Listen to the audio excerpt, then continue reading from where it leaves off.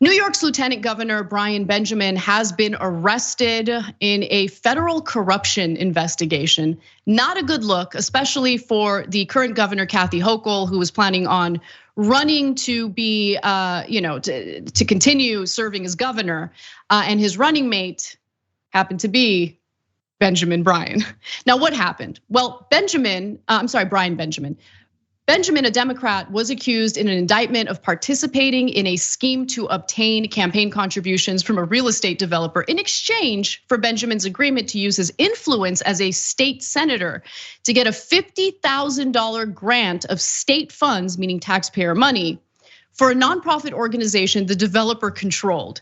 So the nonprofit's name is Friends of Public School Harlem, which was run by a guy named Gerald Migdal. Gerald Migdal is the real estate developer. He's the one who founded this nonprofit, and he's the one who made this alleged deal with Lieutenant Governor Brian Benjamin, who, by the way, has since stepped down from his role. He has resigned following his arrest. Now, facing charges including bribery, fraud, conspiracy, and falsification of records, Benjamin pleaded not guilty Tuesday at an initial appearance in Manhattan federal court. He was released and bail was set at $250,000. The terms of his release call for his travel to be restricted and bar him from returning to the state capitol in Albany. So it's just a pay to play type of situation. Now, let me just be clear, as we talk about on this show incessantly, legalized bribery is very much part and parcel of our governing system, okay? There are so many ways politicians can get like unlimited campaign donations from corporate donors. Like, you have to really try hard to break corruption laws. And allegedly, former Lieutenant Governor Brian Benjamin managed to do just that. So this scheme apparently stretched from 2019 to 2021. 2 months after Benjamin became Lieutenant Governor, the real estate developer, Migdal, who steered campaign contributions toward Benjamin's failed bid for New York City comptroller, was indicted. Federal authorities accused him of conspiracy to commit wire fraud, and aggravated identity theft in illegally giving donations to Benjamin's campaign.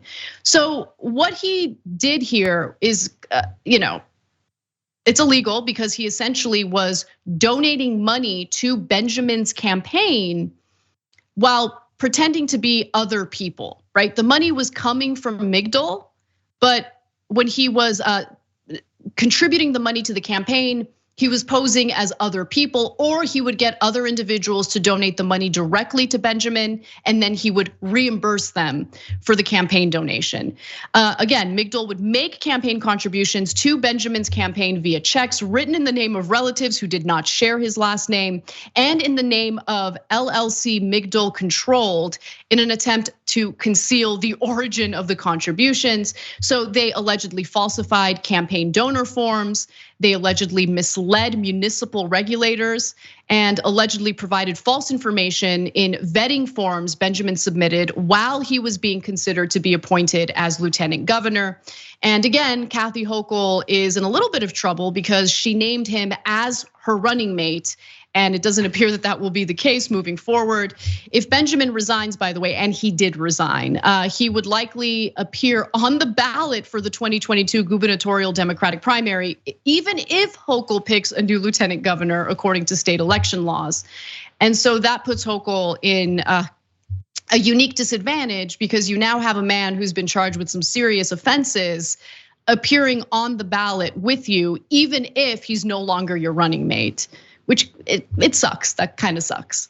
But that's where we're at with this investigation. It does remind me of a similar investigation that took place in Los Angeles. Los Angeles City Council members were also caught up in a pay-to-play scheme involving real estate developers. And we're talking about Democrats in that case as well. So we'll see how this all plays out, but it shows you how this system of corruption is one that both parties take advantage of. And even with all these loosened campaign contribution laws in place, you still have lawmakers who don't think it's enough. They go even further and they break whatever lax laws we have in place already. Thanks for watching the Young Turks, really appreciate it. Another way to show support is through YouTube memberships. You'll get to interact with us more. There's live chat emojis, badges. You've got emojis of me, Anna, John, JR. So those are super fun. But you also get playback of our exclusive member-only shows and specials right after they air. So all of that, all you gotta do is click that join button right underneath the video. Thank you.